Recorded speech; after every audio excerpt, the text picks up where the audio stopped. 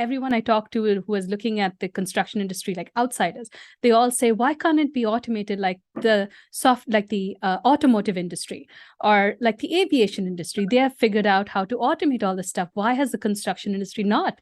And y'all have made significant steps towards automating it.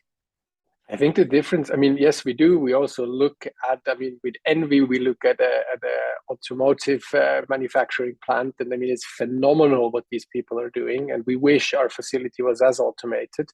But I believe the difference is, if you produce, let's say, 100,000 doors for your, whether that's your Tesla, whether that's your BMW or whatnot, but you do have so big numbers that it really makes sense to automate all these processes, to program a robot to put in that specific door in that specific model in a very specific way.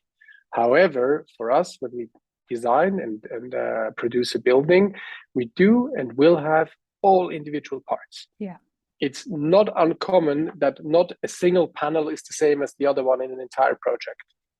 So it's a lot harder to automate this because you cannot just simply program a very certain step very efficiently, but you basically would have to program the robots every single time, unless you eventually get into more parametric way of thinking. And the robots and the new generations, they allow us to do that as well. So I think it's a step-by-step process. I really hope that within my generation, we'll make some significant improvements and also really get the benefits of automation and robotization in the factory.